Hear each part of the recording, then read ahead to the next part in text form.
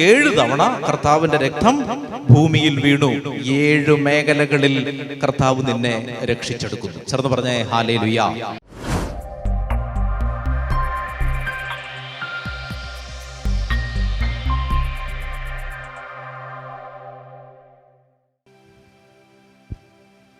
ചേർന്ന് പറഞ്ഞേ ഹല്ലേലൂയ.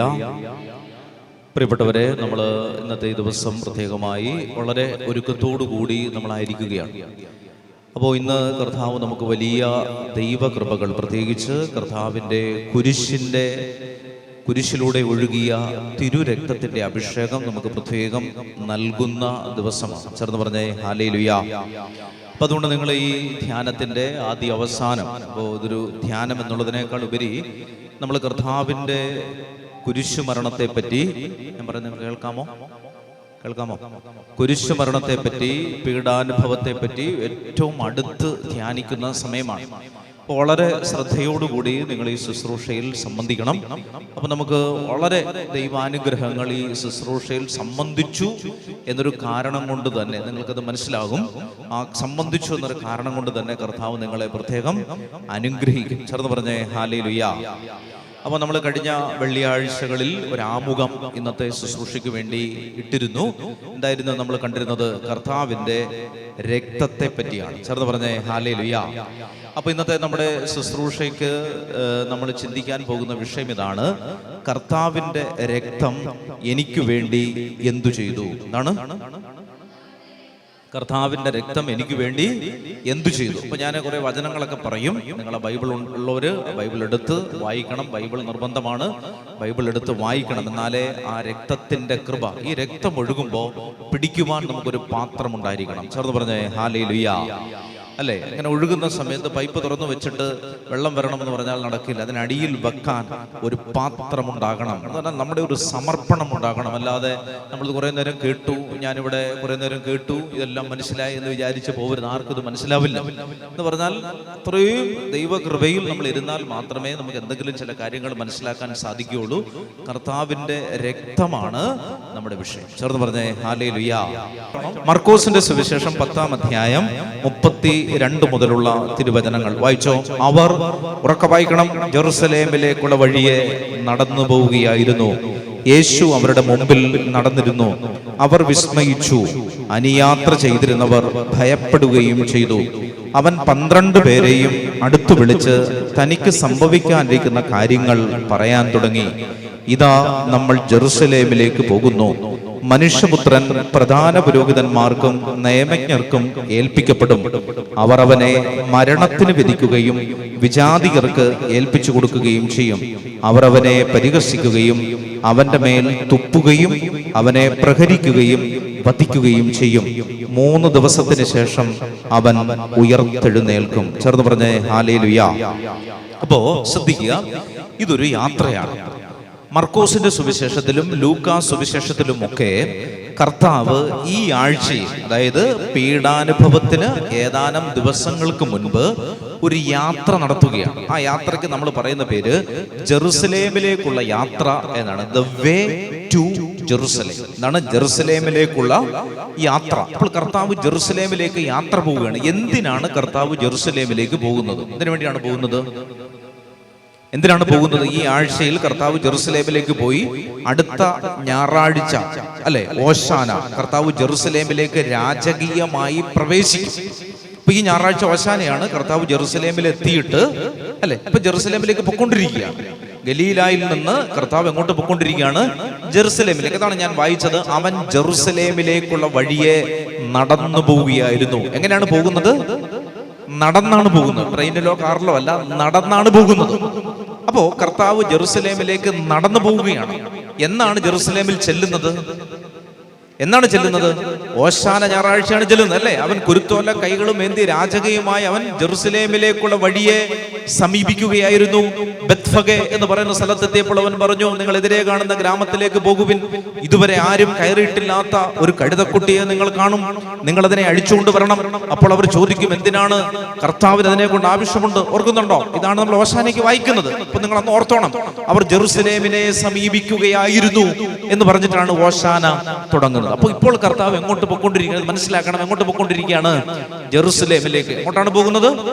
ജെറുസലേമിലേക്കാണ്. എന്താണ് ജെറുസലേമിലേക്ക് പോകുന്നതിന്റെ പ്രത്യേകത? എന്താണ് കർത്താവ് ജെറുസലേമിലേക്ക് പോകുന്നത്? ജെറുസലേമിലാണ് ബലിയർപ്പണം നടക്കുന്നത്. എവിടെയാണ് ബലിയർപ്പണം നടക്കുന്നത്? പറഞ്ഞു. എവിടെയാണ് ബലിയർപ്പണം നടക്കുന്നത്? ജെറുസലേമിലാണ് ബലിയർപ്പണം നടക്കുന്നത്. അപ്പോൾ ജെറുസലേമിലേക്ക് കർത്താവ് പോകുന്നത് എന്തിനു വേണ്ടിയാണ് പോകുന്നത്? എന്തിനു വേണ്ടിയാണ് പോകുന്നത്? പറഞ്ഞു. എന്തിനു വേണ്ടിയാണ് പോകുന്നത്? ബലിയർപ്പിക്കാൻ പോവുകയാണ്, അല്ലെ? കർത്താവ് ബലിയർപ്പിക്കാൻ പോവുകയാണ്. ഗാഗുൽത്ത മലയിലാണ് ബലിയർപ്പണം നടക്കുന്നത്. ശ്രദ്ധിക്കുക, ഗാഗുൽത്ത മല ജെറുസലേമിന്റെ വടക്കുവശത്താണ്. ചേർന്ന് പറഞ്ഞേ ഹല്ലേലൂയ. അപ്പൊ ഗാഗുൽത്ത മല ജെറുസലേമിന്റെ, യഹൂദന്മാരെ സംബന്ധിച്ചിടത്തോളം ദേവാലയം സ്ഥിതി ചെയ്യുന്ന സ്ഥലമാണ് ഇത്, ജെറുസലേം. ആ ജെറുസലേമിന്റെ തന്നെ വടക്കുവശത്താണ് എന്ത്?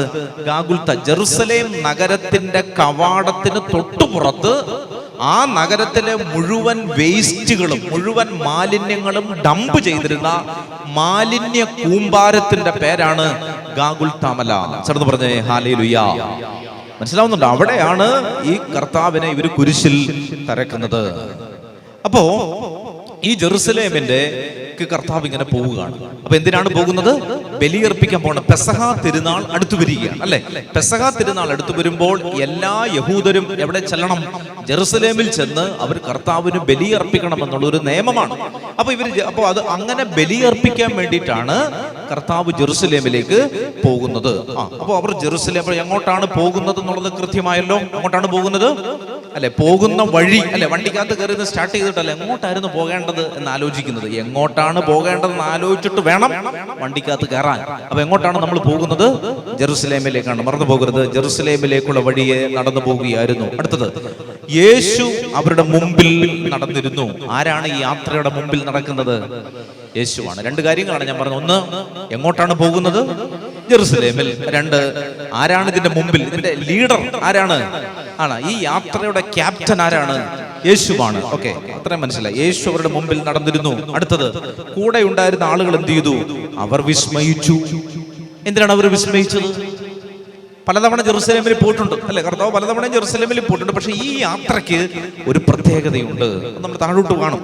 അപ്പോ അവൻ 12 പേരെയും അടുത്തു വിളിച്ച് തനിക്ക് സംഭവിക്കാനിരിക്കുന്ന കാര്യങ്ങൾ എന്ത് ചെയ്യാൻ തുടങ്ങി? പറയാൻ തുടങ്ങി. തനിക്ക് ഇങ്ങനെ കാര്യങ്ങൾ സംഭവിക്കാൻ പോവാണ് കേട്ടോ എന്ന് പറയാൻ തുടങ്ങി, അല്ലെ? ഇതിപ്പോ എത്രാമത്തെ പ്രവചനമാണ്? 3-ാമത്തെ പ്രവചനമാണ്. അതിന്റെ ഹെഡിങ് കണ്ടോ? 3-ാമത്തെ പ്രവചനമാണ്. അപ്പോൾ കർത്താവ് തന്റെ പീഡാനുഭവത്തെ പറ്റി ഇതിനു മുൻപ് 2 തവണ പ്രവചിച്ചിട്ടുണ്ട്, അല്ലെ? എന്നെ പുരോഹിതന്മാരും ഫരിസേയരും എല്ലാവരും കൂടെ പിടിക്കും, അവരെന്നെ വിധിക്കും, അവരെന്നെ വിചാരണ ചെയ്യും, അവരെന്നെ മാരകമായി മർദ്ദിക്കും, അവരെന്നെ ഉപദ്രവിക്കും. ഇങ്ങനെയുള്ള കാര്യങ്ങളെല്ലാം കർത്താവ് നേരത്തെ പറഞ്ഞു വെച്ചിട്ടുണ്ട്. അപ്പൊ അതുകൊണ്ട് ശിഷ്യന്മാർക്ക് ഭയങ്കര പേടിയുണ്ട്, അല്ലെ? കാരണം അടി കൊള്ളാൻ പോകുന്ന ആണ് എന്ന് അറിഞ്ഞിട്ടും വീണ്ടും എന്തുകൊണ്ടാണ് ജെറുസലേമിലേക്ക് പോകുന്നത്? ഇത് ഈ ശിഷ്യന്മാരുടെ തലേ കിടക്കുകയാണ്. അപ്പൊ അവർ പലപ്പോഴും പറയുന്നുണ്ട്, കർത്താവെ നമുക്ക് തിരിച്ചു പോയാലോ? പീഡാനുഭവം കുരിശുമരണവും ഒക്കെയാണ് ജെറുസലേമിൽ വരുന്നത് എന്ന് കർത്താവ് പറഞ്ഞുകൊണ്ടിരിക്കുകയാണ്. ഇപ്പൊ ഇതാ 3-ാമത്തെ തവണയും അവരെ വിളിച്ച് തനിക്ക് സംഭവിക്കാനിരിക്കുന്ന കാര്യങ്ങൾ പറയാൻ തുടങ്ങി. ഇവരെങ്ങനെ പോകുന്നതെന്ന് അറിയാമോ? ഏറ്റവും മുമ്പിൽ കർത്താവാണ്. അപ്പൊ പുറകിൽ ഇവരെല്ലാവരും കൂടി ഇങ്ങനെ ഒരു പദയാത്രയായിട്ടാണ് അവർ ജെറുസലേമിലേക്ക് പോകുന്നത്. നമ്മളെ പോലെ ഒറ്റയ്ക്കും തെറ്റിക്കും അല്ല പള്ളിയിൽ പോകുന്നത്. പണ്ട് കാലത്തെ യഹൂദന്മാര് ഈ ദേവാലയത്തിലേക്ക് പോകുന്നത് ആരോഹണ സങ്കീർത്തനങ്ങൾ ചൊല്ലിക്കൊണ്ട്. ഏത് സങ്കീർത്തനം? അവരോഹണമല്ല, ആരോഹണം. അതായത് മലമുകളിലാണ് ജെറുസലേം. അപ്പൊ അവര് താഴെ നിന്ന് ഇങ്ങനെ പോകുമ്പോൾ, അതാണ് നിങ്ങൾ സങ്കീർത്തനങ്ങളുടെ ഹെഡിങ്ങിൽ ആരോഹണ സങ്കീർത്തനം എന്നൊക്കെ കണ്ടിട്ടുണ്ട്, അല്ലെ? ആരോഹണ സങ്കീർത്തനം, അവരോഹണ സങ്കീർത്തനം, അല്ലെ? ആരോഹണ ക്രിയ, അവരോഹണ ക്രിയ പഠിച്ചിട്ടുണ്ടോ? സ്കൂളിൽ പോയവരോടാണ് ഞാൻ പറഞ്ഞത്. അപ്പൊ അങ്ങനെ നമ്മൾ മുകളിലേക്ക് പോകുകയാണ്, അല്ലെ? Ascending, descending. അപ്പൊ അസെൻഡിങ് സാംസ്, ആരോഹണ സങ്കീർത്തനം, അവർ ഒരുമിച്ച് പോകുമ്പോൾ ചൊല്ലി പ്രാർത്ഥിച്ചുകൊണ്ട് പോകുന്ന സങ്കീർത്തനങ്ങളായിരുന്നു. ഏത് സങ്കീർത്തനങ്ങൾ? ആരോഹണ സങ്കീർത്തനങ്ങൾ. എന്ന് പറഞ്ഞാൽ അവരൊരു ഗ്രൂപ്പായിട്ട് പോവുകയാണ്, അല്ലെ? ഒറ്റയ്ക്കും തെറ്റിക്കും അല്ല പോകുന്നത്, ഗ്രൂപ്പായിട്ട് പോവുകയാണ്. അങ്ങനെ ഗ്രൂപ്പായിട്ട് പോകുമ്പോൾ ഏറ്റവും മുമ്പിൽ ആരാണ്? യേശുവാണ്, അല്ലെ? ഏറ്റവും മുമ്പിൽ യേശുവാണ്. അപ്പോ ഇവിടെ നിങ്ങളൊന്ന് ശ്രദ്ധിച്ചേ, അവൻ 12 പേരെയും അടുത്തു വിളിച്ചു. അപ്പൊ എല്ലാവരും ഇങ്ങനെ നടന്നു പോകുമ്പോൾ യേശു പെതിയെ തിരിഞ്ഞു. നമ്മളതൊന്ന് മനസ്സിൽ കണ്ടാൽ നല്ല രസമാണ്. ഞാൻ ഇന്നലെ ധ്യാനകേന്ദ്രത്തിലേക്ക് പോയപ്പോൾ ഇതെന്റെ മനസ്സിൽ വന്നിട്ട് ഞാൻ വണ്ടിക്ക് അതിരുന്ന് ഭയങ്കരമായിട്ട് ചിരിച്ചു. സാധാരണ ചിരിക്കാറുണ്ട്, എങ്കിലും എനിക്ക് ഭയങ്കരമായിട്ട് ചിരി വന്നു. ഇത് പെട്ടെന്ന് എൻ്റെ മനസ്സിലേക്ക് വന്നു. അതായത് ഈ ആളുകൾ, ശിഷ്യന്മാരെല്ലാം ഇങ്ങനെ നടന്നു പോവുകയാണ്. യേശുവാണ് മുമ്പിൽ നടന്നിരുന്നത്. അപ്പൊ യേശു പെതിയെ തിരിഞ്ഞു. എല്ലാവരും ഇങ്ങനെ അടുത്ത് വിളിച്ചു കൂട്ടി. എല്ലാവരും ഇങ്ങോട്ട് വന്നു. എല്ലാവരും അവൻ അടുത്ത് വിളിച്ചു കൂട്ടി. 12 പേരെ അടുത്ത് വിളിച്ചു. അല്ലെ, ചില ആളുകൾ ഇങ്ങനെ പുറകെ നടന്ന് വണ്ണമുള്ളവരൊക്കെ ഇച്ചിരി സ്പീഡ് കുറച്ചാണ് വരുന്നത്, ബാക്കിയുള്ളവരൊക്കെ ഓടി വരുന്നുണ്ട്. അപ്പൊ എല്ലാവരെയും അടുത്ത് വിളിച്ചു വരാൻ പറഞ്ഞു. എല്ലാവരും അടുത്ത് വിളിച്ചു. എല്ലാവരും അടുത്ത് വിളിച്ചു. എന്തുകൊണ്ടാണ് അടുത്ത് വിളിച്ചത്? അടുത്ത സെന്റൻസ് നോക്കിയേ, ഇതാ നമ്മൾ ജെറുസലേമിലേക്ക് പോകുന്നു. അല്ലെ, എന്താണ് സ്റ്റേറ്റ്മെന്റ്? ഇതാ നമ്മൾ എങ്ങോട്ടാണ് പോകുന്നത്? ജെറുസലേമിലേക്ക് പോകണം. എന്താ കാര്യം എന്നറിയാമോ? കർത്താവ് 2 തവണ പീഡാനുഭവത്തെ പറ്റി പറഞ്ഞിട്ടുണ്ട്.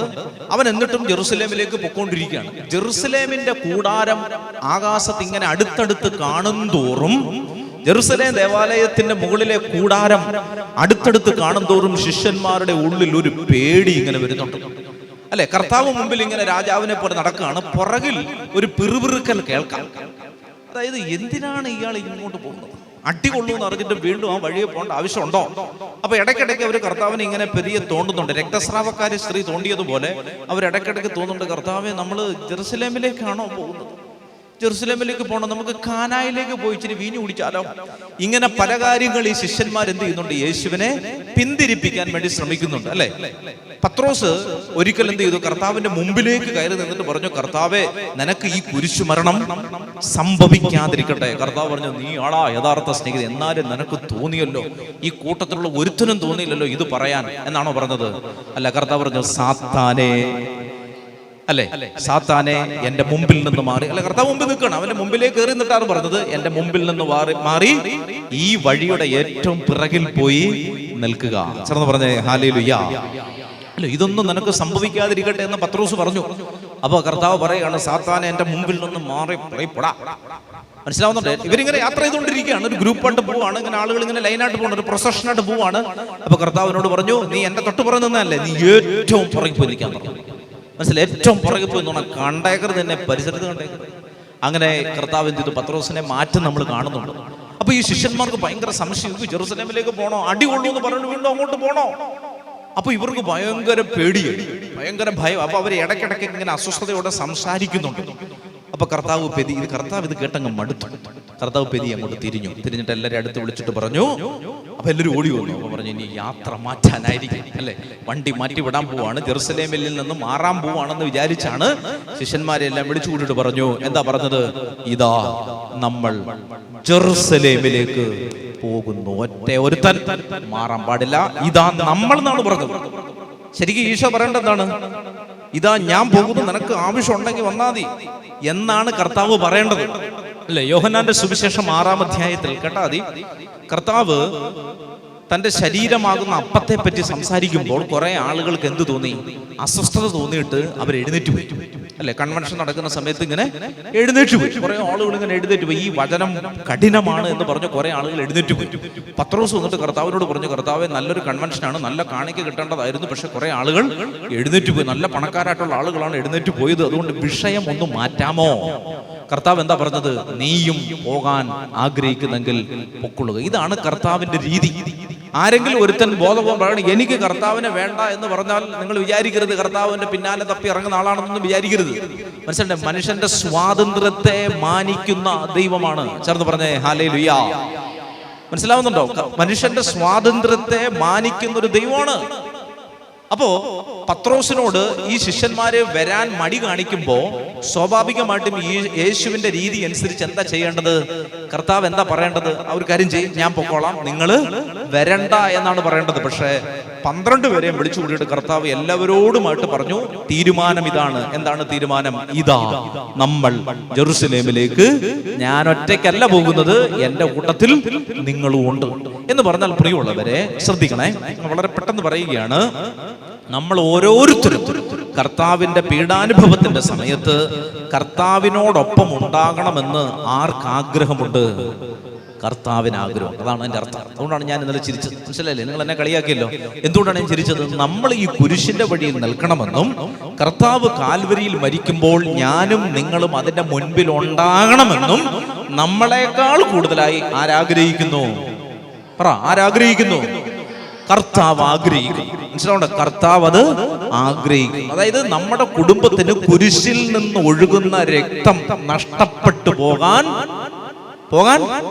പാടില്ല.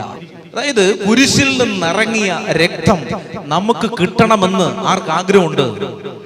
ആർക്ക് ആഗ്രഹമുണ്ട്?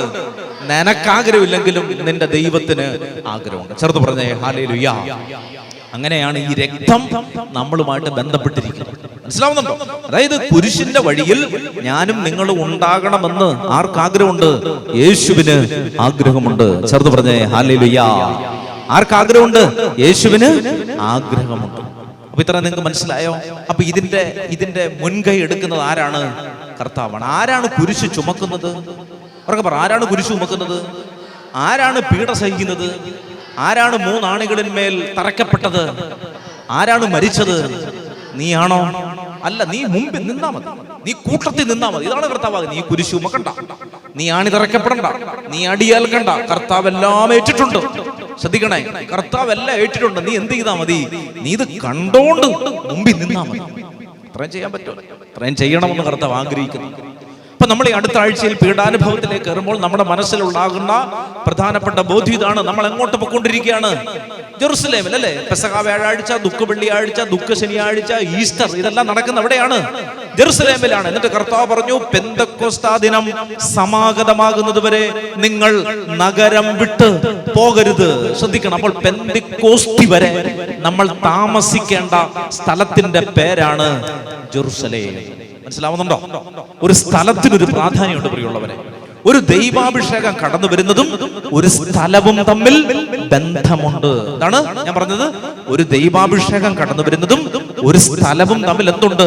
ഒരു ബന്ധമുണ്ട്. അതാണ് ദേവാലയത്തിൽ വരണമെന്ന് പറയുന്നതിന്റെ കാരണം. അതാണ് ദേവാലയത്തിൽ വരണമെന്ന്. അപ്പൊ നിങ്ങൾ പറയും, എല്ലായിടത്തും ദൈവം ഉണ്ടല്ലോ, എവിടെ ഇരുന്ന് പ്രാർത്ഥിച്ചാലും ദൈവം കേൾക്കുമല്ലോ. കേൾക്കും. എല്ലായിടത്തും ദൈവമുണ്ടെങ്കിലും എല്ലായിടവും ദൈവീകമല്ല. എന്താണ് പറഞ്ഞത്? എല്ലായിടത്തും ദൈവമുണ്ടെങ്കിലും എല്ലായിടവും എന്തല്ല? ദൈവീകമല്ല.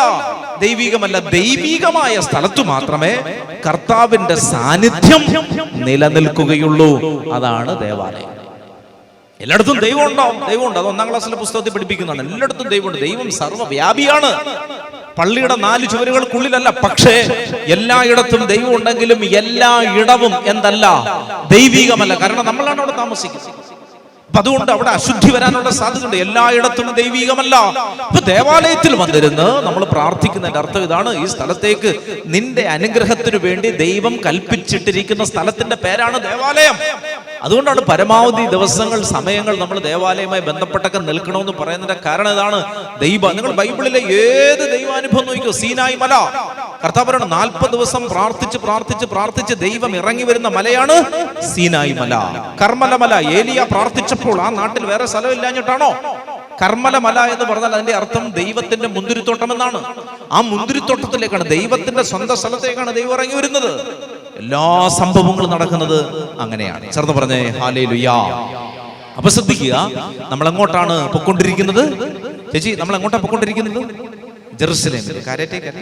ജെറുസലേം. നമ്മൾ എങ്ങോട്ടാണ് പോയിക്കൊണ്ടിരിക്കുന്നത്? ജെറുസലേമിലേക്ക്. ആരാണ് നമ്മുടെ മുമ്പിൽ പോകുന്നത്? ഈശോയാണ് പോകുന്നത്, അല്ലെ? ഈശോയാണ് പോകുന്നത്. ഇനി നമ്മൾ ആർക്കെങ്കിലും ഈ യാത്രയിൽ നിന്ന് മാറാൻ പറ്റുമോ? ഇല്ല. കർത്താവ് പറഞ്ഞതാണ്, ഇതാ നമ്മൾ ജെറുസലേമിലേക്ക് പോകുന്നു. അല്ലെ മോളെ, നിനക്ക് എന്നോട് വരാമോ എന്നല്ല കർത്താവ് ചോദിച്ചത്. വരാമോ ചേട്ടാ ഒന്നും ചോദിച്ചില്ല. ഇതാ നമ്മൾ അങ്ങോട്ട് പോകുന്നു, ജെറുസലേമിലേക്ക്. ആരും ഇതിൽ നിന്നും മാറരുത് എന്ന് കർത്താവിന് നല്ല ആഗ്രഹം. ഇത്ര നിങ്ങൾക്ക് മനസ്സിലായോ? ഇത്രയും മനസ്സിലായോ? ഒരു കട്ടൻ കാപ്പിയുടെ പുറത്താണ് ഞാനിത് പറയുന്നത്. നിങ്ങൾക്കിത് മനസ്സിലായോ? ഇത്രയും ചങ്ക് പൊട്ടിയാണ് പറയുന്നത്. നിങ്ങൾക്കിത് മനസ്സിലായോ? ഇത് മനസ്സിലാക്കണം. അപ്പോ കർത്താവ് പറയുകയാണ്, ഇതാ നമ്മൾ ജെറുസലേമിലേക്ക് പോകുന്നു. കർത്താവാണ് മുമ്പിൽ നിൽക്കുന്നത്. എല്ലാവരും കർത്താവിനോടൊപ്പം വരുത്താൻ കർത്താവ് ആഗ്രഹിക്കുന്നു. ഇനി കർത്താവ് പറയാണ്, അപ്പൊ അവര് ചോദിച്ചു, കർത്താവേ, ജെറുസലേമിൽ ചെല്ലുമ്പോൾ നമുക്ക് എന്ത് കിട്ടും? അപ്പൊ കർത്താവ് പറഞ്ഞു, ജെറുസലേമിൽ ചെല്ലുമ്പോൾ നമുക്ക് കിട്ടുന്നത് 4 കാര്യങ്ങളാണ്. 1 വിചാരണ, 2 വിധി, 3 മരണം, 4 ഉത്ഥാനം. എന്താണ്? കൈയെടുത്താൽ മാത്രം പോരാ, പറയണം. കൈയൊക്കെ എടുക്കുന്നുണ്ട്, കറക്റ്റാണ്. കൈയെടുത്ത കറക്റ്റാ ചേച്ചി. പറ, സാധനം പറ. 1 വിചാരണ, വിധി, മരണം. മറന്നു പോകരുത്. ഇത് കൃത്യം ചോദിച്ചിട്ടേ എന്ന് പെടത്തുള്ളൂ. അപ്പൊ വിചാരണ, വിധി, മരണം, ഉദ്ധാനം. എത്ര കാര്യങ്ങളാണ് ജെറുസലേമിൽ സംഭവിക്കുന്നത് അല്ലെ? ദുഃഖവെള്ളിയാഴ്ച മുഴുവൻ ഇതാണ് അല്ലെ? ദുഃഖവെള്ളിയാഴ്ച പ്രഭാത പ്രാർത്ഥന, വിചാരണയാണ് അല്ലെ? രണ്ടാമത്തെ സഹിയോൻ കോട്ടയിൽ നിന്ന് യേശു എന്ന് നമ്മൾ പ്രദക്ഷിണം ചെല്ലുമ്പോൾ വിധിയാണ് നമ്മൾ ഓർക്കുന്നത് അല്ലെ? 9-ാം മണി നമ്മൾ ക്രൂശിന്മേൽ തൂങ്ങി എന്ന് പറയുന്നത് കർത്താവിന്റെ മരണമാണ്. അപ്പോ ഇത്രയും കാര്യങ്ങളാണ് പറഞ്ഞ വിചാരണ, വിധി, മരണം, ഉദ്ധാനം അല്ലെ? വിചാരണ. ആരൊക്കെ കർത്താവിനെ വിചാരണ ചെയ്തു? ആരൊക്കെ കർത്താവിനെ വിചാരണ ചെയ്തു? അന്നാസും കയ്യാപ്പാസും പ്രധാന പുരോഹിതന്മാർ, ഹെറോദോസ്, അടുത്തത് പീലാത്തോസ് അല്ലെ? അങ്ങനെ 3 അരമന കോടതികളിൽ മാറി മാറി കർത്താവ് എന്ത് ചെയ്തു? വിചാരണ ചെയ്യപ്പെട്ടു. അപ്പോൾ വിചാരണ നടന്നു. അടുത്തത് വിധി ഉണ്ടായി അല്ലെ? വിധി നടന്നു. എന്തായിരുന്നു വിധി? ക്രൂശ് മരണം, അതാണ് വിധി. അടുത്തത് മരണം. സംഭവിച്ചോ? സംഭവിച്ചു. എന്റെ ആത്മാവിനെ ഞാൻ സമർപ്പിക്കുന്നു എന്ന് പറഞ്ഞ കർത്താവ് തല ചായ്ച്ച് മരിച്ചു അല്ലെ? മരിച്ചു അല്ലെ? ഗോകുൽത്തായിലെ തിരി ഊതും ആ സമയത്ത് ഓർക്കുന്നുണ്ടോ? ദുഃഖവെള്ളിയാഴ്ച ആ സമയത്തൊക്കെ നമ്മൾ കണ്ണടയ്ക്കുന്ന സമയമാണ്. അപ്പം അങ്ങനെ ഒരു ശുശ്രൂഷയുണ്ട്. ഏറ്റവും അവസാന ഭാഗങ്ങളിലാണ് നമ്മൾ ഗോകുൽത്തായിലെ തിരി ഊതി അണയ്ക്കും. ആ സമയത്ത് ഏവെങ്കിലും വായിച്ചുകൊണ്ടിരിക്കുമ്പോൾ മനസ്സിലാവുന്നുണ്ടോ? ഈ രാവിലെ മുതലേ കത്തി നിൽക്കുകയല്ലേ, ഒരുപാട് തിരിയായി, എന്നാൽ പിന്നെ അണച്ചേക്കാം. അതല്ല, പക്ഷെ നമ്മുടെ കർത്താവ് മരിച്ചു, ആത്മാവിനെ സമർപ്പിച്ച് മരിച്ചു എന്നതിന്റെ സൂചനയാണ്. പ്രകാശം കെട്ടു അല്ലെ? കർത്താവാണ് പ്രകാശം, ആ പ്രകാശം കെട്ടു. ഇതൊക്കെ ഓർത്തിരിക്കണം കേട്ടോ. പ്രാവശ്യം ഇതൊക്കെ ചെയ്യുമ്പോ എന്നാൽ ഇതെന്തായിരുന്നു എന്ന് ചോദിച്ചുകൊണ്ടിരിക്കരുത്. ഇതാ കർത്താവ് ആത്മാവിനെ സമർപ്പിച്ചതിന്റെ സൂചനയാണ്. ചേർന്ന് പറഞ്ഞേ ഹല്ലേലൂയ. അപ്പൊ എന്തൊക്കെയാണ്? 4 കാര്യങ്ങളാണ് നടക്കുന്നത്: വിചാരണ, വിധി, മരണം, ഉദ്ധാനം. അപ്പൊ നമ്മുടെ കർത്താവ് ജെറുസലേമിൽ സഹിക്കുന്ന 4 കാര്യങ്ങൾ എന്തൊക്കെയാണ്? വിചാരണ, വിധി, മരണം, ഉദ്ധാനം. ഈ 4 കാര്യങ്ങൾ നടക്കുന്ന എവിടെയാണ്? ജെറുസലേമിലേക്കാണ്. അപ്പോൾ അതുകൊണ്ടാണ് കർത്താവ് പറഞ്ഞത്, ഉന്നതത്തിൽ നിന്ന് പരിശുദ്ധാത്മാവ് വരുന്ന പെന്തിക്കോസ്തി വരെയും നിങ്ങൾ എവിടം വിട്ടു പോകരുത്? ജെറുസലേം വിട്ടു പോകരുത് അല്ലെ? ഈ ശിഷ്യന്മാര് പെന്തിക്കോസ്തി നടക്കുന്ന സമയം വരെ എവിടെ താമസിച്ചു? ജെറുസലേം. അതിനുശേഷമാണ് അവർ യൂദയായിലേക്കും സമരിയായിലേക്കും ലോകത്തിന്റെ എല്ലാ അതിർത്തികളിലേക്കും പോയി സുവിശേഷം പ്രസംഗിച്ചത്. ഇപ്പൊ അവർ തമ്പടിച്ചിരിക്കുന്ന സ്ഥലത്തിന്റെ പേരെന്താണ്? ജെറുസലേം. അപ്പൊ നമ്മൾ ഈ ആഴ്ചയിൽ താമസിക്കാൻ പോകുന്ന സ്ഥലത്തിന്റെ പേരെന്താണ്? ജെറുസലേം. ഇപ്പൊ നിങ്ങളുടെ പ്രാർത്ഥനകളിൽ ജെറുസലേം എന്ന് പറയുന്ന വാക്ക് ആവർത്തിക്കണം കേട്ടോ. നിങ്ങളുടെ പ്രാർത്ഥനകളിൽ ജെറുസലേം എന്ന് പറയുന്ന വാക്ക് ആവർത്തിക്കണം. കർത്താവ് ബലിയായി തീർന്ന സ്ഥലത്തിന്റെ പേര് ഉച്ചരിക്കുന്നത് തന്നെ അനുഗ്രഹമാണ്. ചേർന്ന് പറഞ്ഞേ ഹല്ലേലൂയ. ഇത്തരം കാര്യങ്ങൾ നിങ്ങൾക്ക് മനസ്സിലായോ അല്ലേ? ഇപ്പൊ നമ്മൾ എങ്ങോട്ടാണ് പോകുന്നത്? ജെറുസലേമിലേക്ക്. ഇത് കഴിഞ്ഞ് നമ്മൾ കഞ്ഞി കുടിക്കാനല്ല പോകുന്നത്. നമ്മൾ എങ്ങോട്ടാണ് പോകുന്നത്? ജെറുസലേമിലേക്ക് പോകുന്നു അല്ലെ? ആരാണ് ഈ യാത്രയിൽ മുൻപിൽ നടക്കുന്നത്? ഈശോയാണ്. അതുകൊണ്ട് തന്നെ ഈ യാത്ര പകുതി വഴിയിൽ നിന്ന് പോവില്ല അല്ലെ? നമ്മളൊരു യാത്ര പോയി കഴിഞ്ഞാൽ വഴി തീർന്നു പോകും അല്ലെ? മതിലായിരിക്കും പിന്നെ ഫ്രണ്ടിൽ. അപ്പം അങ്ങനെ ഒരു അനുഭവം നമുക്ക് പലപ്പോഴും ഉണ്ടായി. GPS ഒക്കെ നോക്കി രാത്രിയിലൊക്കെ പോയി പല വീടിൻ്റെ മതിലിൻ്റെ മുമ്പിൽ പോയി ഞാൻ പോയി നിന്നിട്ടുണ്ട്. മനസ്സിലാവുന്നില്ലേ? ഹൈവേ ആണ് GPS കാണിച്ചത്, പോയി നിന്നത് മതിലിനകത്താണ്. അപ്പം ഇതാണ് നമ്മുടെ വഴി. പക്ഷെ കർത്താവാണ് മുമ്പിൽ നടക്കുന്നത്. അതുകൊണ്ട് ഈ വഴി എന്ത് ചെയ്യില്ല? പകുതിക്ക് വെച്ച് മുറിഞ്ഞു പോകില്ല. ഈ യാത്ര എന്ത് ചെയ്യും? പൂർത്തീകരിക്കപ്പെടും. ഈ യാത്ര പൂർത്തീകരിക്കപ്പെടും. ഇത് പകുതി വഴിയിൽ വീണു പോകില്ല. ചേർന്ന് പറഞ്ഞേ ഹല്ലേലൂയ. അപ്പോ 4 കാര്യങ്ങൾ മറന്നു പോകരുത്. എല്ലാ കാര്യങ്ങളൊന്നും പറയാനുള്ള ആരോഗ്യമില്ല. പ്രധാനപ്പെട്ട കാര്യങ്ങൾ നമ്മൾ പറയും. 1 വിചാരണ, 2 വിധി. ഇത്രയും മതി. വിചാരണ, വിധി അല്ലെ? ഈ 2 കാര്യങ്ങൾ നമ്മൾ ഇനി കാണാൻ പോവാണ്. അപ്പൊ പ്രിയപ്പെട്ടവരെ, ഈ 4 കാര്യങ്ങളിലും, അതായത് വിചാരണ, വിധി, മരണം, ഉദ്ധാനം, ഇതിനു വേണ്ടിയാണല്ലോ ജെറുസലേമിലേക്ക് ഈ പോകുന്നത്. എന്തിനു വേണ്ടിയാണ് പോകുന്നത്? ഈ 4 കാര്യങ്ങൾ നേടിയെടുക്കാൻ വേണ്ടിയാണ് കർത്താവ് പോകുന്നത്. മനസ്സിലാവുന്നുണ്ടോ? അപ്പൊ അതിലൂടെ നമുക്ക് എന്ത് കിട്ടും? നമുക്കെന്താ കിട്ടിയത്? വിചാരണ ചെയ്യപ്പെട്ടപ്പോഴും വിധി നടത്തപ്പെട്ടപ്പോഴും മരിച്ചപ്പോഴും ഉയർത്തെഴുന്നേറ്റപ്പോഴും നമുക്ക് നൽകിയത്, അല്ലെങ്കിൽ നമുക്ക് നൽകപ്പെട്ടത് എന്താണെന്നറിയാമോ? നമുക്ക് നൽകപ്പെട്ടത് കർത്താവിന്റെ രക്തമാണ്. ചേർന്ന് പറഞ്ഞേ ഹല്ലേലൂയ അല്ലെ? എന്താണ് നമുക്ക് നൽകപ്പെട്ടത്? കർത്താവിന്റെ രക്തമാണ് അല്ലെ? അല്ലെ? കർത്താവിന്റെ രക്തം എത്ര തവണ ഭൂമിയിൽ വീണു? 7 തവണ വീണു. എത്ര തവണ വീണു അല്ലെ? നമ്മൾ പഠിക്കാൻ വേണ്ടി 7 തവണ ആക്കിയിരിക്കുന്നതാണ്. 7 തവണ കർത്താവിന്റെ രക്തം ഭൂമിയിൽ വീണു. 7 മേഖലകളിൽ കർത്താവ് നിന്നെ രക്ഷിച്ചെടുക്കുന്നു. ചേർന്ന് പറഞ്ഞേ ഹല്ലേലൂയ. കർത്താവിന്റെ രക്തം എത്ര തവണ വീണു? 7 തവണ വീണു. എടുത്തോ, ലൂക്കാ സുവിശേഷം 22:44. ലൂക്ക 22:44. പെട്ടെന്നെടുത്തേ. ലൂക്ക 22:44. പെട്ടെന്നെടുക്കണം, വായിക്കണം. ലൂക്ക 22:44 വായിച്ചോ. അവൻ പ്രാർത്ഥന കഴിഞ്ഞ് അവൻ തീവ്രവേദനയിൽ മുഴുകി കൂടുതൽ തീഷ്ണമായി പ്രാർത്ഥിച്ചു. അവന്റെ വിയർപ്പ് രക്തത്തുള്ളികൾ പോലെ നിലത്തു വീണു. അല്ലെ? അപ്പോ കർത്താവിന്റെ രക്തം ഭൂമിയിൽ ആദ്യമായിട്ട് വീഴുന്നത് ഗെത്സമൻ തോട്ടത്തിൽ വെച്ചാണ്. അല്ലെ? ഏത് തോട്ടമാണിത്?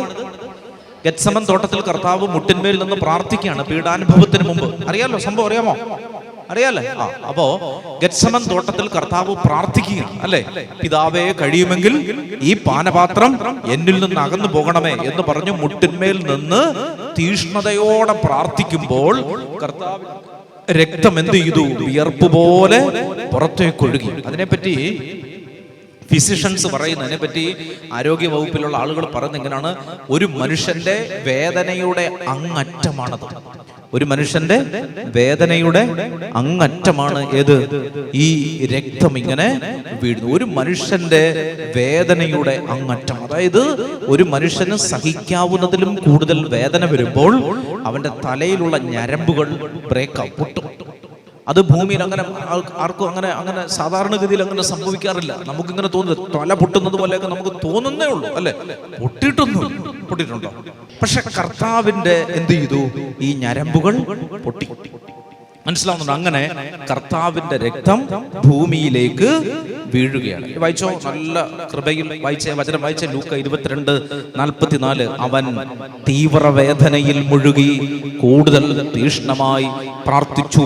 അവന്റെ വിയർപ്പ് രക്തത്തുള്ളികൾ പോലെ നിലത്തു വീണു. അല്ലെ? ഈ വചനം നിങ്ങൾ ഓർത്തിരിക്കണം. കാരണം ഞാൻ 7 വചനങ്ങൾ പറയും, നിങ്ങളത് ഓർത്തിരുന്ന് സ്വന്തമായിട്ടൊരു പ്രാർത്ഥനയൊക്കെ ഇത് വെച്ച് എഴുതി ഉണ്ടാക്കണം കേട്ടോ. ഈ 7 വചനങ്ങൾ വെച്ച് സ്വന്തമായിട്ടൊരു പ്രാർത്ഥന, എന്റെ തിരുരക്ത പ്രാർത്ഥന ഉണ്ടോ. നമ്മൾ പ്രിന്റ് ചെയ്യൊന്നും വേണ്ട, സന്നദ്ധാനം പ്രാർത്ഥിക്കാൻ വേണ്ടി ഞാൻ പറയുകയാണ്.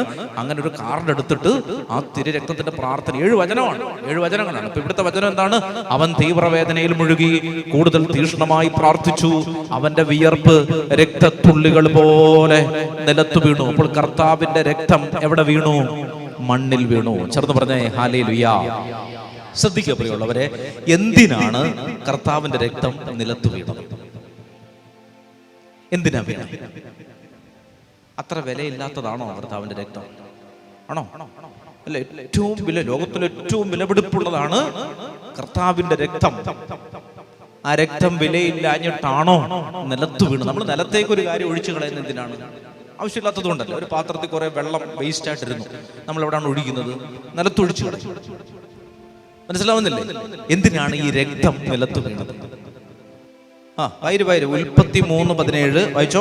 ആദത്തോട് അവിടുന്ന് പറഞ്ഞു, തിന്നരുതെന്ന് ഞാൻ പറഞ്ഞ പഴം സ്ത്രീയുടെ വാക്ക് കേട്ട് നീ തിന്നതുകൊണ്ട് നീ മൂലം മണ്ണ് ശപിക്കപ്പെട്ടതായിരിക്കും. നീ മൂലം മണ്ണ് എന്ത് ചെയ്തു? അപ്പൊ ശപിക്കപ്പെട്ട മണ്ണിലാണ് എന്ത് ചെയ്തുകൊണ്ടിരുന്നത്? ഇത്രയും നാൾ മനുഷ്യർ ജീവിച്ചു കൊണ്ടിരുന്നത്. മനസ്സിലാവുന്നുണ്ടോ? അപ്പൊ എന്ത് ചെയ്തു? കർത്താവിന്റെ രക്തം മണ്ണിൽ വീണു.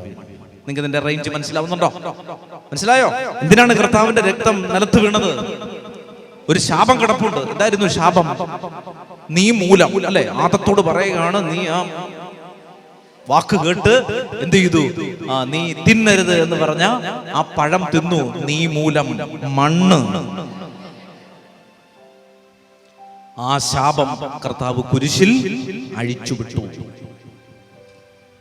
റേഞ്ച് വളരെ വലുതാണ്. ആ ശാപം കർത്താവ് എന്ത് ചെയ്തു? ഇനി ഈ ഭൂമി അനുഗ്രഹിക്കപ്പെടുന്ന എന്തിനാണ്? ഭൂമി അനുഗ്രഹിക്കപ്പെടുന്ന എന്തിനാണ്? മണ്ണൊക്കെ നമ്മൾ ഇടയ്ക്ക് കൊണ്ടുവന്ന് ഇങ്ങനെ പിടിക്കുമല്ലോ. എന്തിനാണ് ഭൂമി അനുഗ്രഹിക്കപ്പെടുന്നത്? എന്തിനാണ് നീ താമസിക്കുന്ന മണ്ണ് അനുഗ്രഹിക്കപ്പെടണമെന്ന് പറയുന്നത്? കർത്താവിന്റെ രക്തം, ശ്രദ്ധിക്കണേ, കർത്താവിന്റെ രക്തം മണ്ണിലേക്ക് വീണു. മണ്ണ് വിശുദ്ധീകരിക്കപ്പെട്ടു. നീ ചവിട്ടി നിൽക്കുന്ന മണ്ണ് വിശുദ്ധമാണ്. ആണോ അല്ലയോ? ആണ്. നീ നിൽക്കുന്ന മണ്ണ് വിശുദ്ധമാണ്. അപ്പൊ ചോദ്യം ഇതാണ്, എന്തുകൊണ്ടാണ് മണ്ണ് വിശുദ്ധീകരിക്കപ്പെട്ടിരിക്കേണ്ടതിന്റെ ആവശ്യകത എന്താണ്? എന്തുകൊണ്ടാണ് മണ്ണ് വിശുദ്ധീകരിക്കപ്പെടേണ്ടതിന്റെ ആവശ്യകത എന്താ? മണ്ണ് വിശുദ്ധീകരിക്കപ്പെടേണ്ട ആവശ്യകത ഇതാണ്. ശ്രദ്ധിക്കണം, നമ്മൾ താമസിക്കുന്ന, നമ്മൾ അനുഗ്രഹിക്കപ്പെടണമെന്ന് ആഗ്രഹിക്കുന്ന ആരാണ്? നമ്മൾ അനുഗ്രഹിക്കപ്പെടണം, നമ്മൾ ഇച്ചിരി നന്നായിട്ടൊക്കെ നടക്കണമെന്നും അല്ലെ, നമ്മൾ നേരായ വഴികളിലൂടെ പോകണമെന്നും നമ്മുടെ കുടുംബം അനുഗ്രഹിക്കപ്പെടണമെന്നും ആഗ്രഹിക്കുന്ന ആരാണ്?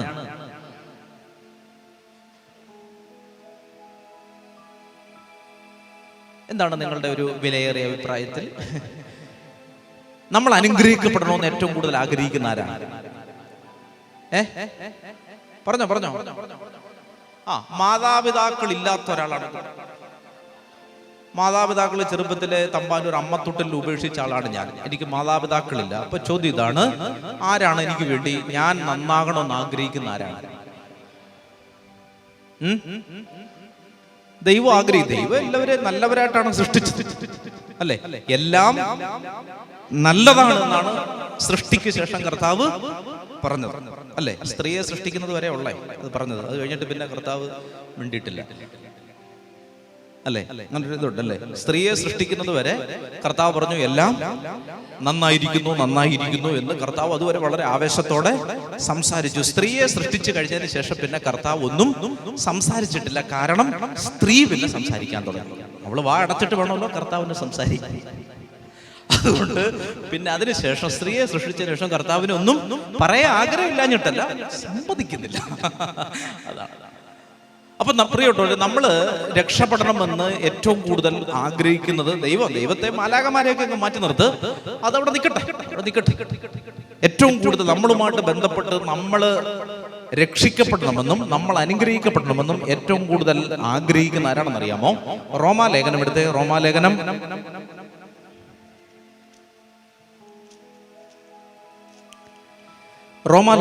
8-ാം അധ്യായം എടുത്തേ. 8-ാം അധ്യായം 18 മുതലുള്ള തിരുവചനം പെട്ടെന്ന് വായിച്ചോ. റോമാലേഖനം 8:18 ഉറക്കെ വായിച്ചേ.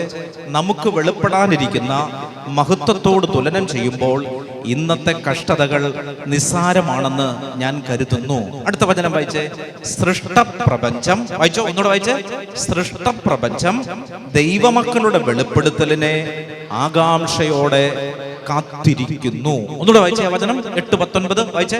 സൃഷ്ടപ്രപഞ്ചം ദൈവമക്കളുടെ വെളിപ്പെടുത്തലിനെ ആകാംക്ഷയോടെ കാത്തിരിക്കുന്നു. എന്താണ് ആ വചനത്തിന്റെ അർത്ഥം എന്നറിയാമോ? സൃഷ്ടപ്രപഞ്ചം എന്ന് പറഞ്ഞാൽ കർത്താവ് സൃഷ്ടിച്ച ഈ പ്രപഞ്ചം, ഈ മണ്ണ്, ഈ ഭൂമി ദൈവമക്കളുടെ, ആരാണ് ദൈവമക്കള്? നമ്മൾ ഓരോരുത്തരുമാണ്. മനസ്സിലാവുണ്ടോ? അപ്പൊ നമ്മൾ താമസിക്കുന്ന ഭൂമി, ഞാനെന്ന് പറയുന്ന ദൈവമകൻ എന്ത് ചെയ്യാൻ വേണ്ടി? സൃഷ്ടപ്രപഞ്ചം ദൈവമക്കളുടെ വെളിപ്പെടുത്തലിനെ, എന്താണ് വെളിപ്പെടുത്തൽ? എന്നിലൂടെ പൂർത്തിയാക്കപ്പെടേണ്ട ദൈവീക പദ്ധതി. ചേർന്ന് പറഞ്ഞേ ഹല്ലേലൂയ. ഭരണജ്ഞാനം എന്ന് പറയുന്ന മണ്ണിൽ വെളിപ്പെട്ട ദൈവത്തിന്റെ മകളാണ് അൽഫോൻസ. മനസ്സിലാവുണ്ടോ? അസീസിയിൽ സൃഷ്ടപ്രപഞ്ചം കാത്തിരുന്ന വെളിപ്പെടുത്തലായിരുന്നു ഫ്രാൻസിസ്. മനസ്സിലാവുന്നുണ്ടോ? അപ്പൊ ഇങ്ങനെയാണ്. അതായത് നമ്മൾ താമസിക്കുന്ന മണ്ണ് നമ്മൾ നന്നായിട്ട് നടക്കണമെന്നും നമ്മൾ നന്നായിട്ട് ജീവിക്കണമെന്നും നമ്മളെക്കാൾ ഉപരിയായി ആഗ്രഹിക്കുന്നുണ്ട്. ചേർത്ത് പറഞ്ഞേ ഹല്ലേലൂയ. മനസ്സിലാവുന്നുണ്ടോ? അതുകൊണ്ടാണ് ഒരു വചനം ഇങ്ങനെയുണ്ട്, അതായത് ഭൂമി നിന്നെ പുറന്തള്ളും. കനാൻ നാട്ടിലേക്ക് ഇസ്രായേലിൽ കയറിയപ്പോൾ അതുവരെ അവിടെ താമസിച്ചിരുന്ന ആളുകളെല്ലാം പുറത്തു പോകേണ്ടി വന്നു. കനാൻ നാട്ടിലേക്ക് കുറെ പേരെ കയറ്റിയല്ലോ, ഇസ്രായേൽക്കാരെ മുഴുവൻ കനാൻ നാട്ടിലേക്ക് കയറ്റി. ആ സമയത്ത് കനാൻ നാട്ടിൽ ഉണ്ടായിരുന്ന ആളുകൾ അവിടെ പോയി. അവിടെ കുറെ ആളുകൾ ഉണ്ടായിരുന്നു.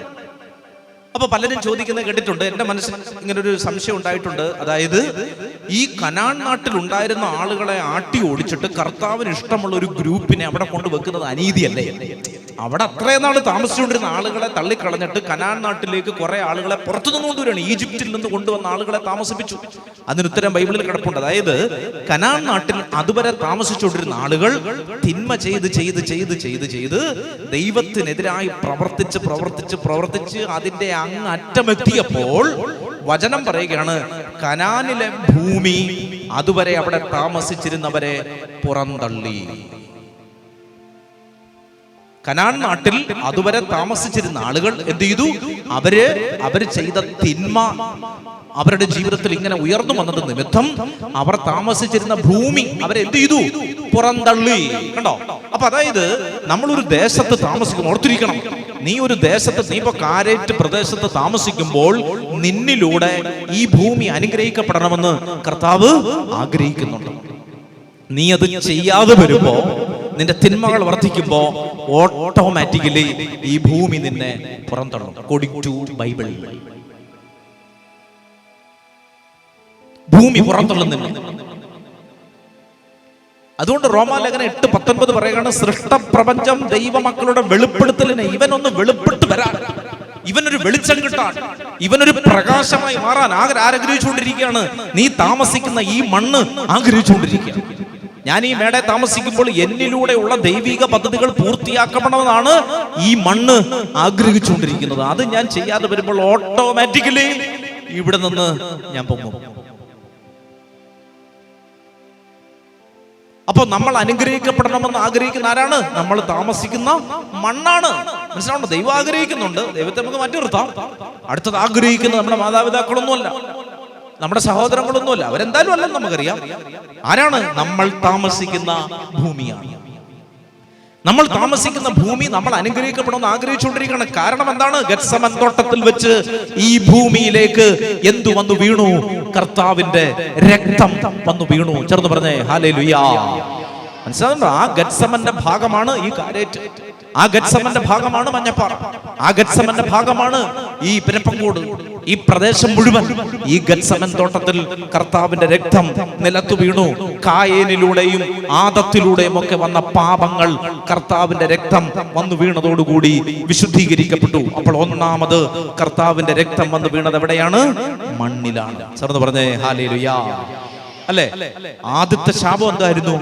മണ്ണ് ശപിക്കപ്പെടുമെന്നുള്ളതായിരുന്നു. കണ്ടോ? ആദ്യത്തെ ശാപത്തിന് ആദ്യം കർത്താവ് പരിഹാരം ചെയ്തു.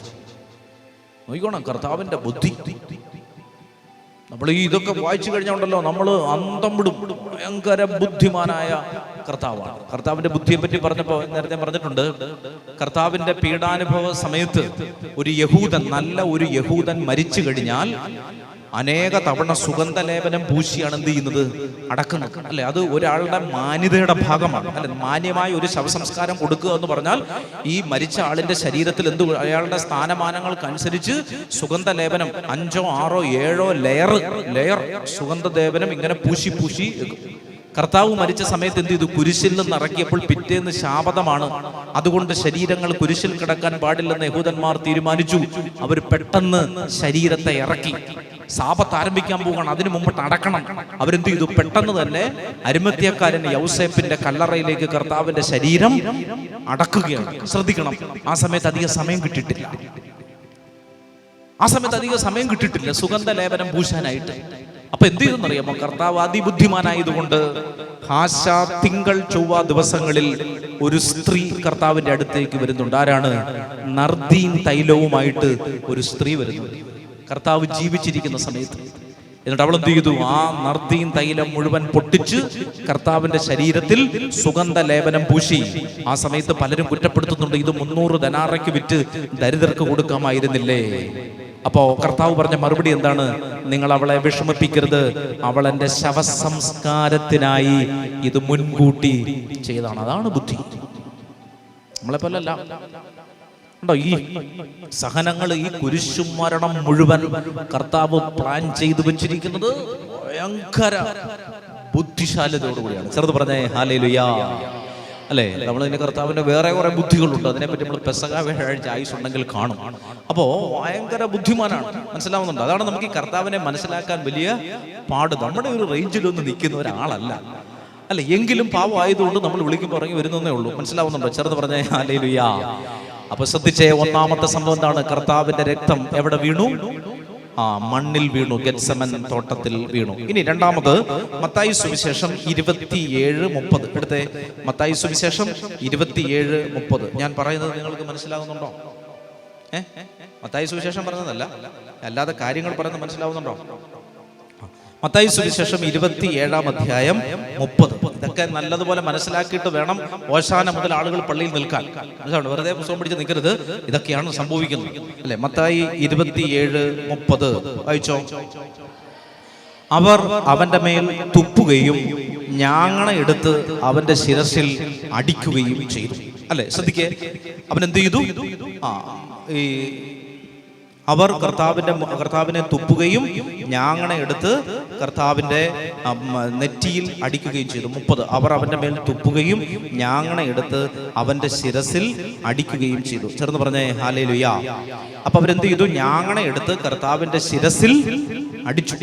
ഞാങ്ങണ എന്ന് പറഞ്ഞാൽ എന്താണെന്നറിയാമോ?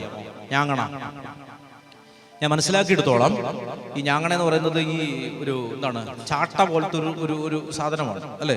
ഇങ്ങനെ ചാട്ട, ഈ വലിയ ചാട്ട, അതായത് ഇങ്ങനെ നല്ല നീളമുണ്ട്. ആ ഞാങ്ങണയ്ക്കകത്ത് അല്ലെങ്കിൽ ഈ ഞാങ്ങണയും ചാട്ട ഏത് ഒരുപോലെ മനസ്സിലാക്കിയാൽ മതി. അതിനകത്ത് ചെയ്യുന്ന ഏകദേശം 6 മീറ്റർ നീളം കാണും. 6 മീറ്ററോളം നീളം. ഈ 6 മീറ്റർ നീളം എങ്ങനെയാണ് ഈ ഞാങ്ങണ ഉണ്ടാക്കുന്ന അറിയാമോ? നമ്മുടെ ഈ മുള്ളുവേലി ഉണ്ടല്ലോ, മുള്ളുവേലി കമ്പികൾ നമ്മളിങ്ങനെ പിരിച്ച് വള്ളി പോലെ ആക്കിയാൽ എന്ത് സംഭവിക്കും? അങ്ങനെ മനസ്സിലാക്കി, നമുക്ക് മനസ്സിലാക്കാൻ എളുപ്പത്തിന് ഞാൻ പറയണം. എന്നിട്ട് അതിൻ്റെ കൃത്യമായ ഈ ഗ്യാപ്പുകളിൽ 6 മീറ്റർ നീളമുള്ള ഒരു മുള്ളുവേലി കമ്പി, അതൊരു 3-4 മുള്ളുവേലി കമ്പി മുറിച്ച് ഇങ്ങനെ പിരിച്ച് വെച്ചിരിക്കുക. എന്നിട്ട് അതിൻ്റെ ഇടയിലേക്ക് നീളമുള്ള 2 വശവും മുനയുള്ള ആണികൾ കുത്തിക്കറ്റും.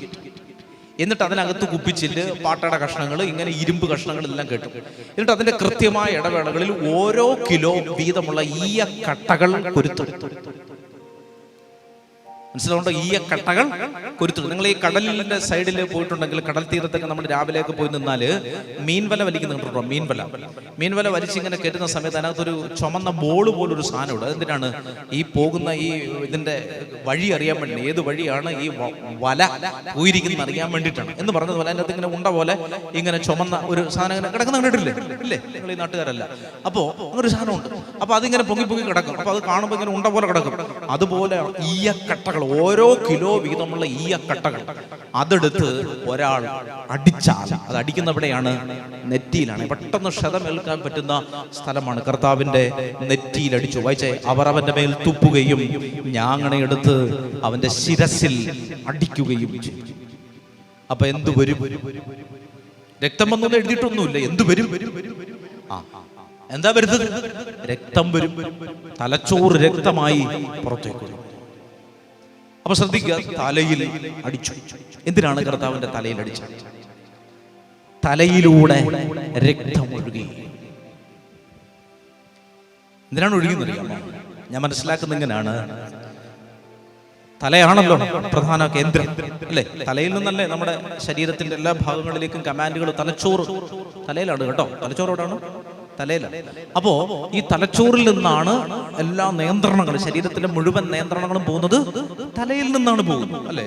ഓർമ്മ, ചിന്ത, ഭാവന, വികാരം, അങ്ങനെയുള്ള കാര്യങ്ങളെല്ലാം വരുന്നത് ഈ തലയ്ക്കകത്ത് നിന്നാണ് പോകുന്നത്. അതുകൊണ്ടാണ് തല എടുത്ത് മാറ്റി പിന്നെ വേറെ പ്രശ്നമൊന്നുമില്ല. മനസ്സിലായില്ലേ?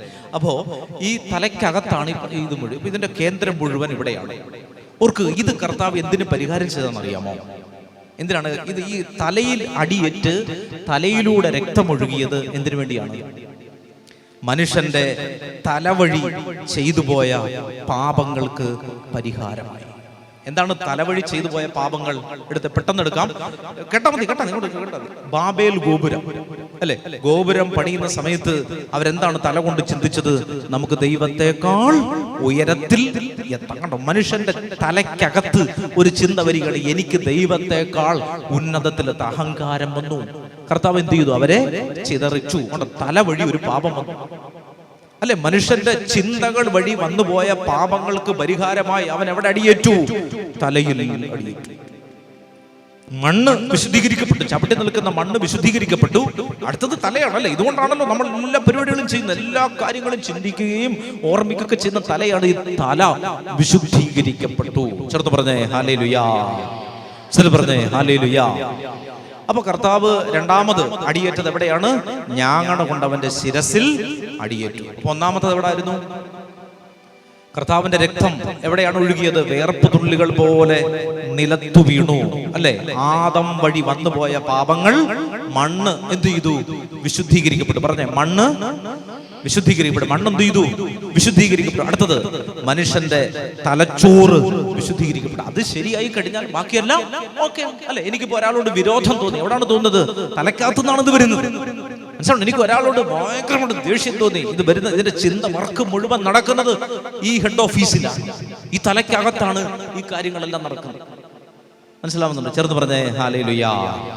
അപ്പോൾ അടുത്തത് യെശയ്യാ പ്രവാചകന്റെ പുസ്തകം 50:6 എന്ന് വായിച്ച യെശയ്യാ 50:6. യെശയ്യാ പ്രവാചകന്റെ പുസ്തകം 50-ാം അധ്യായം 6-ാം തിരുവചനം.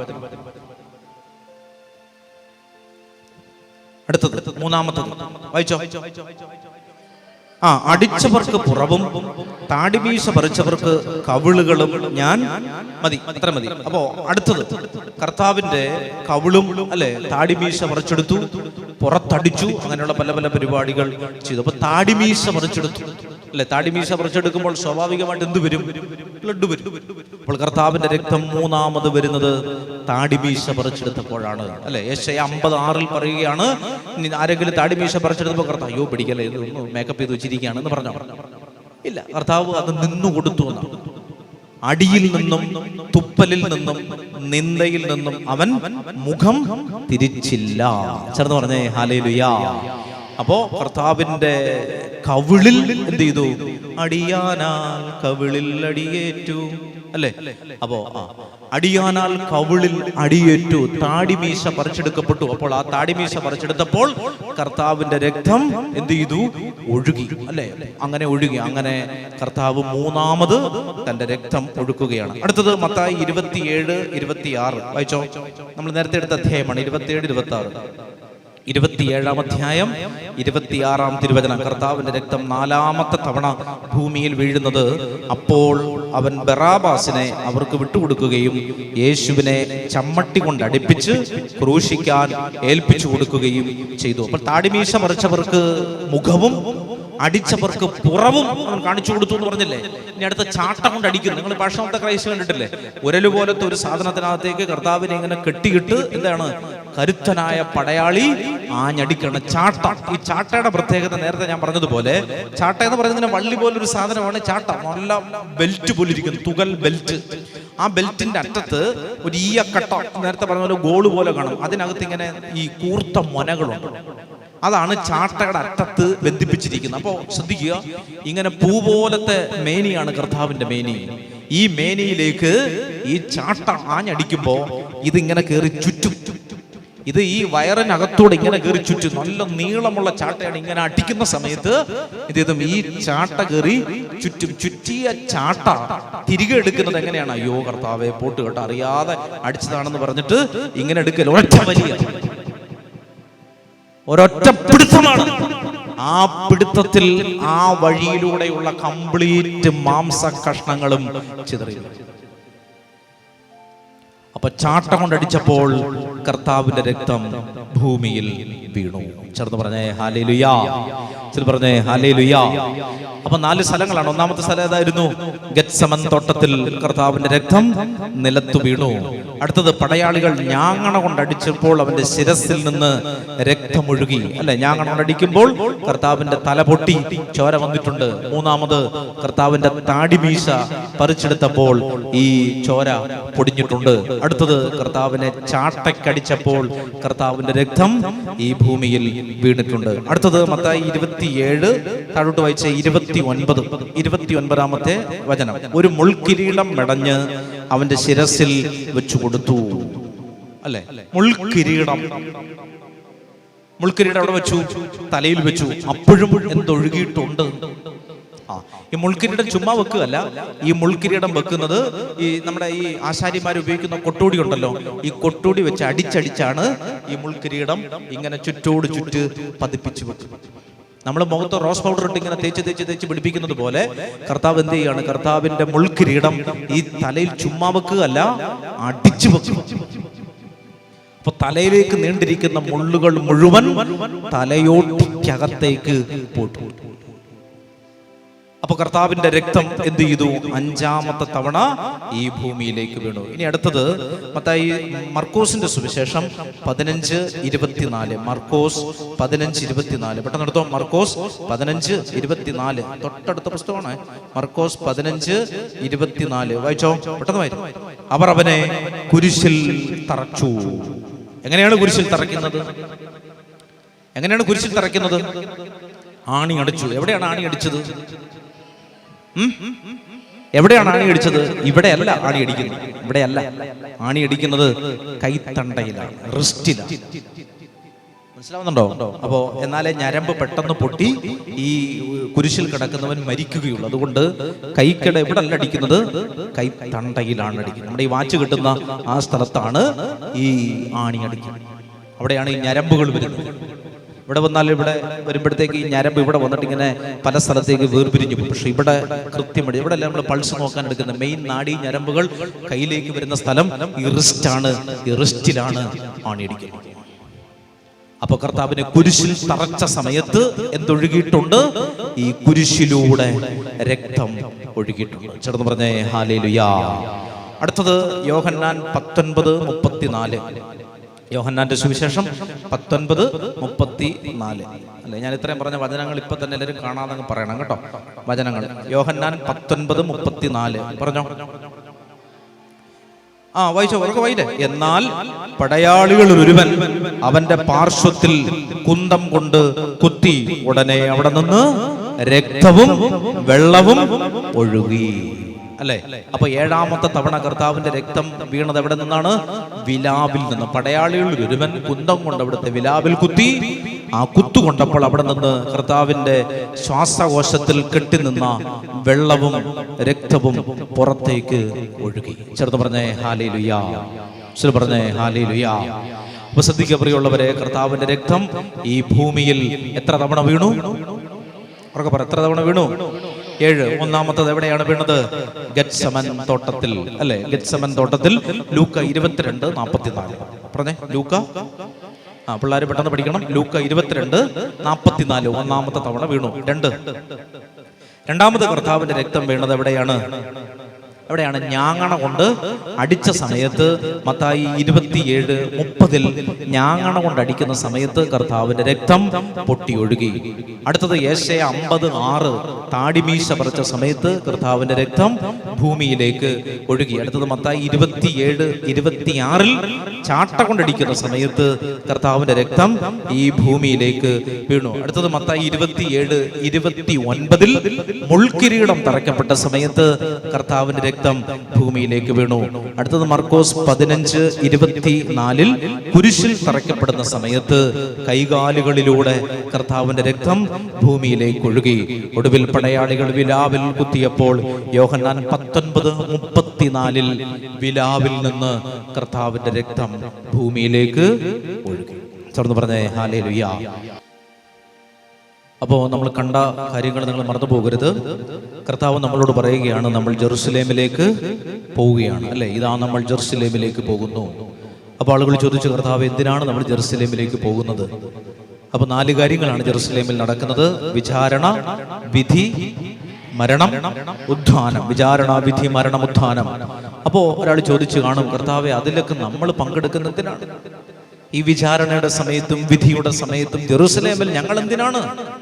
അപ്പൊ കർത്താവ് പറഞ്ഞു, നമ്മളെല്ലാവരും ജെറുസലേമിൽ ഉണ്ടാകണം. കാരണം ജെറുസലേമിൽ ഗെത്സമൻ തോട്ടത്തിൽ രക്തമൊഴുകുന്നുണ്ട്. നിന്റെ മണ്ണ് വിശുദ്ധീകരിക്കപ്പെടണം. മനസ്സിലാവുന്നുണ്ടോ? ഗെത്സമൻ തോട്ടത്തിന്റെ അരികിൽ ജെറുസലേമിന്റെ പ്രത്തോറിയത്തിനുള്ളിൽ വെച്ച് ഇതാ കർത്താവ് വിചാരണ ചെയ്യപ്പെടുന്നു, വിധി നടത്തപ്പെടുന്നു. അവന്റെ ശിരസിന്മേൽ ഞാങ്ങണ അടിക്കുന്നുണ്ട്. രക്തം ഒഴുകുമ്പോ അതിന്റെ ഒരു തുള്ളി നിന്റെ ജീവിതത്തിലേക്ക് വന്നു വീഴണം. ഇതാ ജെറുസലേമിന്റെ കവാടത്തിൽ ഒടുവിൽ ഗോകുൽത്തായിൽ കർത്താവ് കുരിശിൽ, ഞാൻ കുരിശിൽ മരിച്ചു കിടക്കുമ്പോ എന്റെ വിലാവിലേക്ക് ഒരു കുന്തം വന്നു കയറും. ആ കുന്തം വരുന്ന വഴിയിൽ രക്തവും വെള്ളവും ഒഴുകും. അത് നീ സ്വീകരിക്കണം. അതിന് നീ ജെറുസലേമിലേക്ക് വന്നേ പറ്റുകയുള്ളൂ. അതുകൊണ്ട് നമ്മൾ ജെറുസലേമിലേക്ക് പോകുന്നു. മനസ്സിലാവുന്നുണ്ടോ? അതുകൊണ്ട് പ്രിയപ്പെട്ടവരെ, നമ്മൾ കണ്ടത് കർത്താവിന്റെ രക്തം ഭൂമിയിൽ വീണു. ഈ ഭൂമി വിശുദ്ധീകരിക്കപ്പെട്ടു. പിന്നെന്തൊക്കെ വിശുദ്ധീകരിക്കപ്പെട്ടു? മനുഷ്യൻ വിശുദ്ധീകരിക്കപ്പെട്ടു. അവന്റെ തലച്ചോറ് വിശുദ്ധീകരിക്കപ്പെട്ടു. അല്ലെ, അവന്റെ തലച്ചോറ് വിശുദ്ധീകരിക്കപ്പെട്ടു. അവന്റെ ശരീരം വിശുദ്ധീകരിക്കപ്പെട്ടു. കർത്താവിന്റെ ശരീരത്തിൽ നിന്ന് രക്തമൊഴുകി അനേകം ഇടങ്ങളിലേക്ക് ഇങ്ങനെ പരന്നൊഴുകുകയാണ് കർത്താവിന്റെ രക്തം. ആ രക്തത്തിന്റെ സാധ്യതകൾ വളരെ വലുതാണ്. ഒരു തുള്ളി രക്തം അത് അമൂല്യമാണ് എന്നാണ് വചനം പഠിപ്പിക്കുന്നത്. അപ്പൊ അതുകൊണ്ട് അമൂല്യമായ കർത്താവിന്റെ രക്തമാണ് ഒഴുകിക്കൊണ്ടിരിക്കുന്നത്. ചേർന്ന് പറഞ്ഞേ ഹല്ലേലൂയ. അപ്പൊ എത്ര തവണയാണ് കർത്താവിന്റെ രക്തം ഭൂമിയിൽ വീണത്? 7 തവണ കർത്താവിന്റെ രക്തം ഭൂമിയിൽ വീണു.